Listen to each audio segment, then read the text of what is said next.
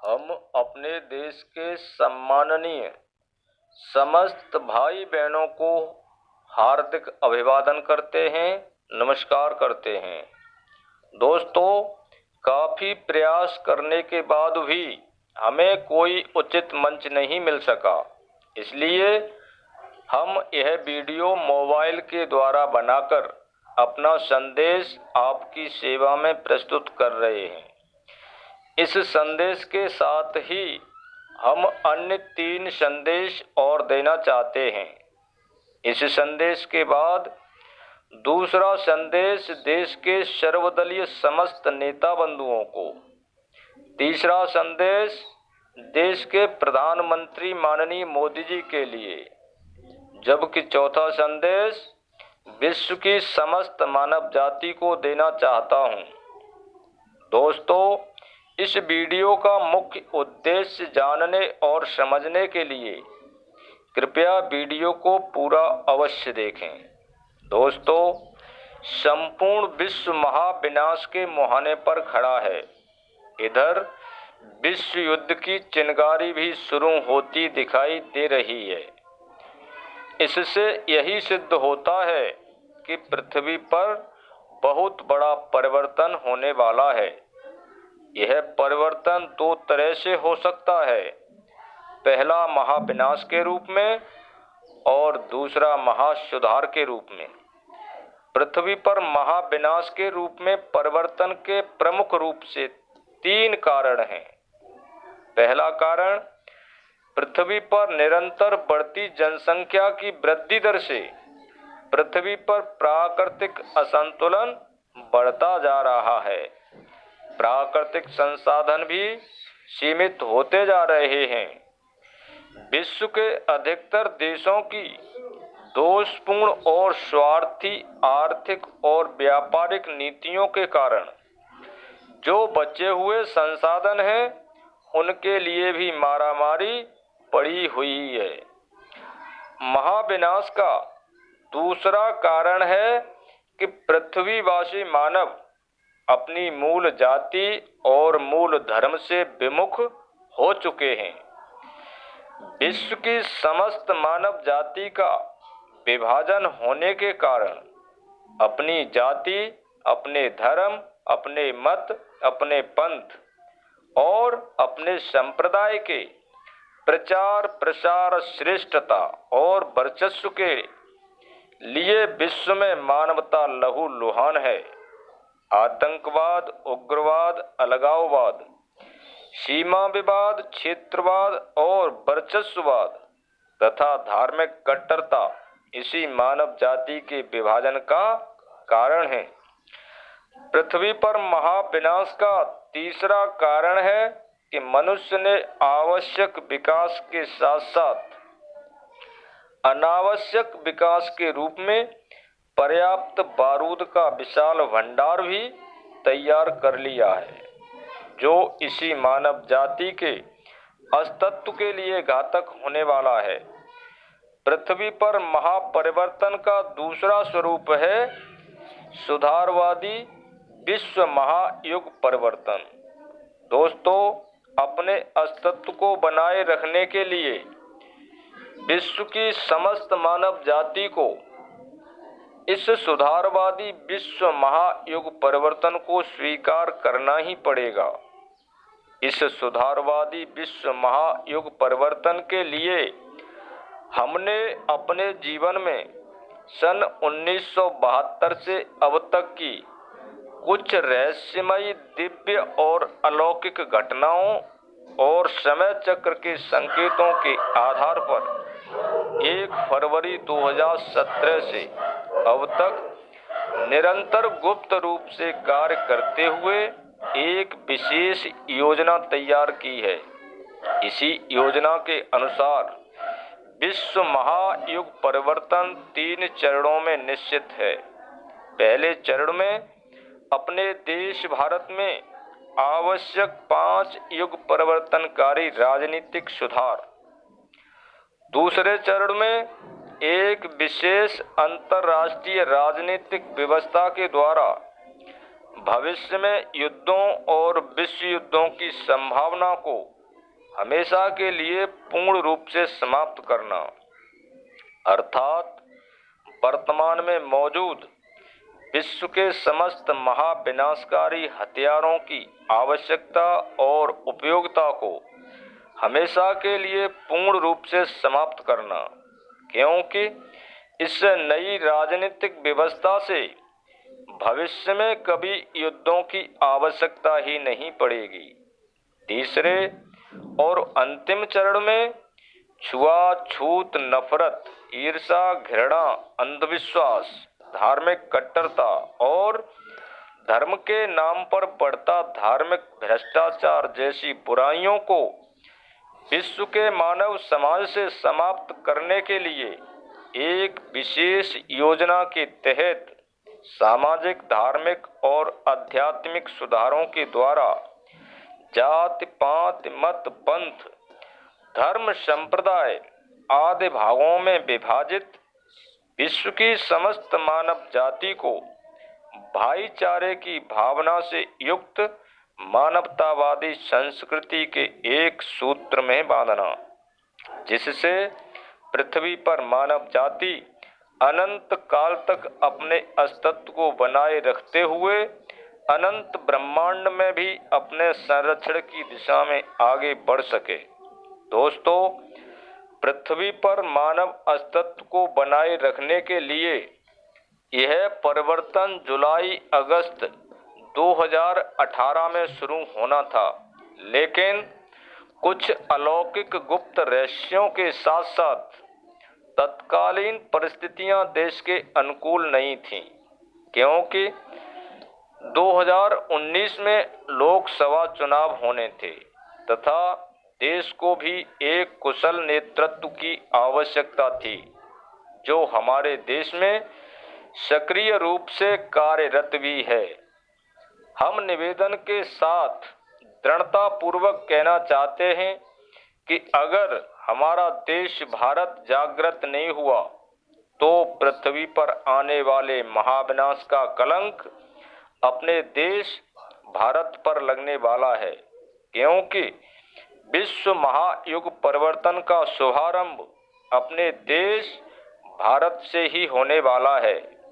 इसका मुख्य कारण है देश की दोषपूर्ण शासन पद्धति, जो भारत में अंग्रेजों के उद्देश्यों को पूरा करने वाले सिद्धांत पर आधारित गवर्नमेंट ऑफ इंडिया एक्ट 1935 से प्रेरित है, जो देश के लिए सिद्धांतहीन, स्वार्थी, भ्रष्ट, विभाजनकारी, लूटो और लूटने दो, खाओ और खाने दो, फूट डालो और शासन करो वाले सिद्धांत पर आधारित है।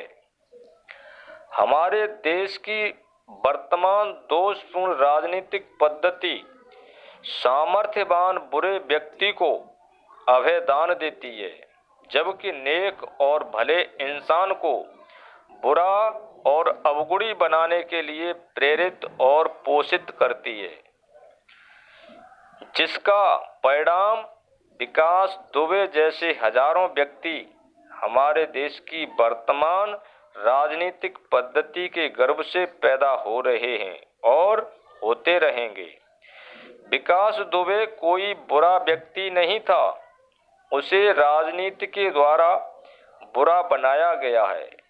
अंग्रेजों द्वारा भारत को गुलाम बनाए रखने वाली भ्रष्ट पद्धति से देश की दुर्दशा निश्चित है।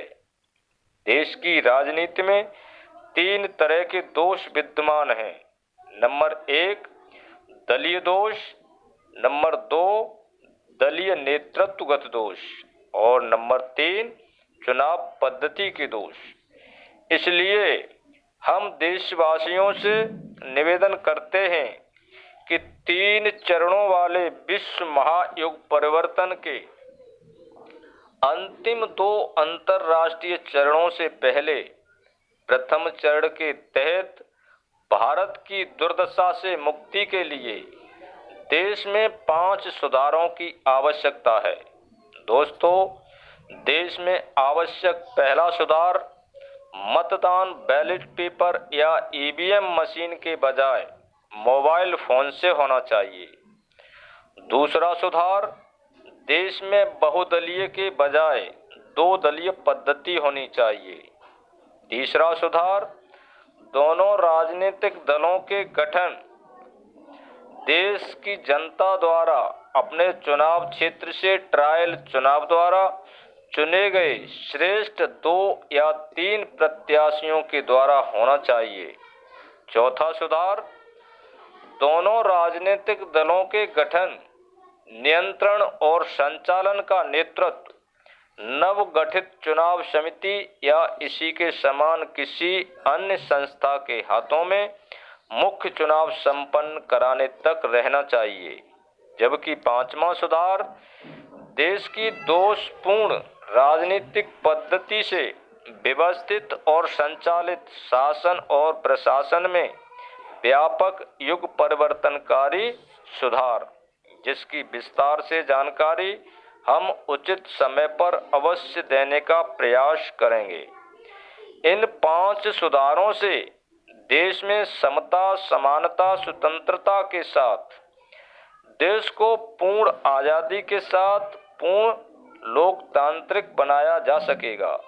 दोस्तों, देश अभी पूर्ण लोकतांत्रिक नहीं है, क्योंकि देश को 50 या 60 लोग संयुक्त रूप से बारी बारी से अपने मन मर्जी से चला रहे हैं। इधर अंतर्राष्ट्रीय विभिन्न सूचकांकों में भी हमारा देश अपूर्ण लोकतांत्रिक की श्रेणी में आता है। सम्माननीय देशवासियों, इसके अलावा देश में आवश्यक 5 सुधारों की आवश्यकता क्यों है? देश को आखिर इसकी जरूरत क्यों पड़ रही है? तो इस परिवर्तन का पहला उद्देश्य है राजनीति में व्याप्त भ्रष्टाचार समाप्त करना। अगर राजनीति का भ्रष्टाचार समाप्त हो जाएगा तो देश के अन्य भ्रष्टाचार या तो स्वतः ही समाप्त हो जाएंगे या फिर उन भ्रष्टाचारों को समाप्त करने में सफलता मिलने लगेगी, जो कि अभी राजनीतिक भ्रष्टाचार के कारण संभव नहीं है। दूसरा उद्देश्य है कि देश के नेता लोग अपनी 100% ऊर्जा को देश और समाज के बजाय 60 से 70% ऊर्जा को अपने दलीय हितों में खर्च करते हैं, जिससे वे सत्ता में बने रह सकें या पुनः सत्ता प्राप्त कर सकें। जो 30 या 40% ऊर्जा वे देश और समाज के हित में खर्च करते हैं, वह भी देश की जनता को दिखावे के अलावा और कुछ नहीं है। लेकिन दोस्तों, दोषपूर्ण राजनीतिक पद्धति के कारण पार्टी नेतृत्व की यह मजबूरी भी है। ना तो हमारे देश का कोई नेता गलत है, ना देश की कोई पार्टी बुरी है। नेता या पार्टी को बुरा बनाने वाली सिर्फ पद्धति है, क्योंकि अगर वह अपनी पार्टी को वरीयता नहीं देंगे तो उनकी पार्टी का अस्तित्व ही समाप्त हो जाएगा। इसलिए नेताओं का दोष नहीं है, दोष तो सिर्फ पद्धति का है। उनका मुख्य उद्देश्य तो केवल सत्ता हासिल करना है। दूसरे शब्दों में कहें तो देश में आधा लोकतंत्र है, जबकि आधा पार्टी नेतृत्वगत तंत्र है। देश में अभी पूर्ण लोकतंत्र है ही नहीं। देश में 5 सुधार होने से नेताओं को दलीय हित साधने की आवश्यकता ही नहीं पड़ेगी। देश में 5 सुधारों का तीसरा उद्देश्य है कि देश के नेता भी देश की वर्तमान राजनीति से परेशान और दुखी हो चुके हैं। कुछ नेता टिकट कटने से परेशान हैं, तो कुछ टिकट न मिलने से परेशान हैं। कुछ नेता पार्टी बदलते बदलते दुखी हैं, तो कुछ पार्टी से निकाले जाने से परेशान हैं।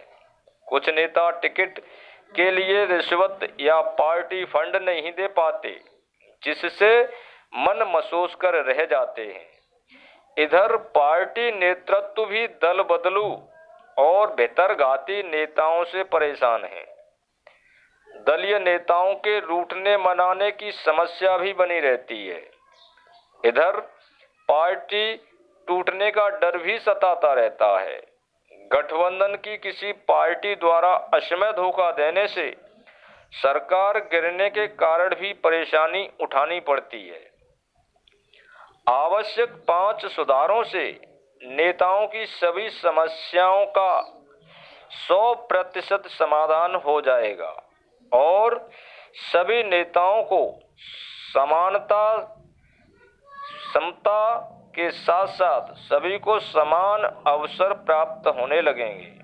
दोस्तों, परिवर्तन का चौथा उद्देश्य है कि देश की जनता को पार्टियों द्वारा थोपे गए प्रत्याशियों को चुनने की मजबूरी है, जिससे देश की जनता को अपना मनपसंद नेता नहीं मिल पाता। 5 सुधार होने से देशवासियों को अपना मनपसंद नेता मिलने लगेगा। इसी के साथ कुछ अन्य उद्देश्य भी पूरे होने लगेंगे, जैसे लोकसभा और विधानसभा के चुनाव एक साथ करा सकते हैं। लगभग 70 से 80% तक चुनाव खर्च बचाया जा सकेगा। खंडित जनादेश की संभावना समाप्त हो जाएगी।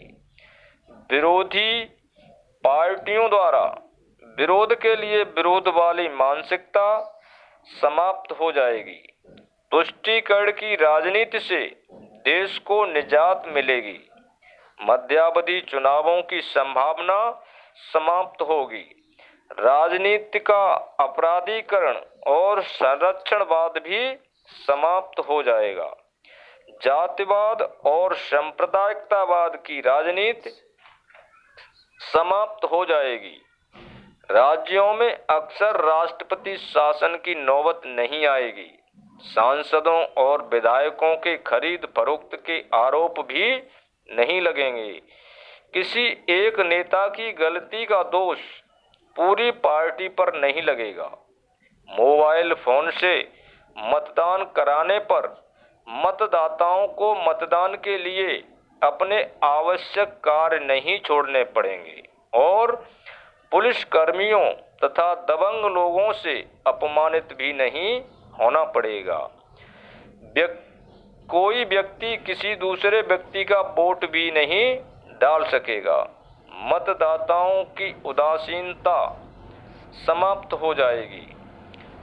देश के किसी भी भाग से अपने नेता को वोट डालने में आसानी रहेगी, जिससे मतदान का प्रतिशत भी बढ़ेगा। बूथवार वोट खोलने की आवश्यकता नहीं पड़ेगी, जिससे मतदाताओं पर दबंग प्रत्याशी के पक्ष में मतदान करने का दबाव भी नहीं रहेगा।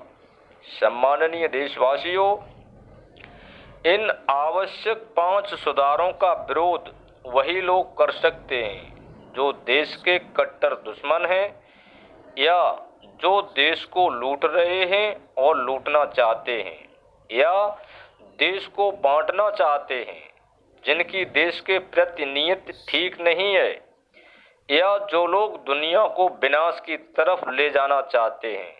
आदरणीय देशवासियों, प्रथम चरण के अंदर देश में 5 सुधारों के बाद दूसरे और तीसरे चरण में आपको विश्व के अंदर बहुत ही चमत्कारी परिवर्तन देखने को मिलेंगे, जिससे वर्तमान में विश्व के समस्त महाविनाशकारी हथियारों की आवश्यकता और उपयोगिता समूल समाप्त हो जाएगी तथा भविष्य में युद्धों और विश्व युद्धों की आवश्यकता ही नहीं पड़ेगी तथा जाति पात मत पंथ धर्म संप्रदाय आदि भागों में विभाजित विश्व की समस्त मानव जाति मानवतावादी संस्कृति और भाईचारे की भावना से युक्त एक सूत्र में स्थापित हो सकेगी।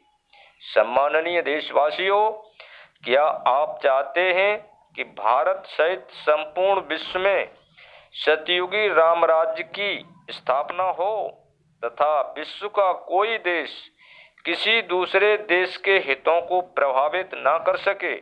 भाइयों, क्या आप चाहते हैं कि अपने देश भारत को भ्रष्टाचार मुक्त बनाते हुए समता, समानता और स्वतंत्रता के साथ पूर्ण आजादी के साथ पूर्ण लोकतांत्रिक बनाया जाए? तो विश्व महायुग परिवर्तन के प्रथम चरण में देश में 5 सुधारों के लिए तथा युग क्रांति के लिए अपने गांव, शहर, गली, मोहल्ले में जुलूसों के रूप में आवाज उठाकर अपने देश और अपने देश की सरकार को जागृत करें। इस कलकाल में आज समय चक्र की यही मांग है। इस वीडियो के बाद अगले 3 वीडियो भेजने के लिए आपकी अनुमति की प्रतीक्षा में आपका भाई CV सिंह मानव। धन्यवाद। हम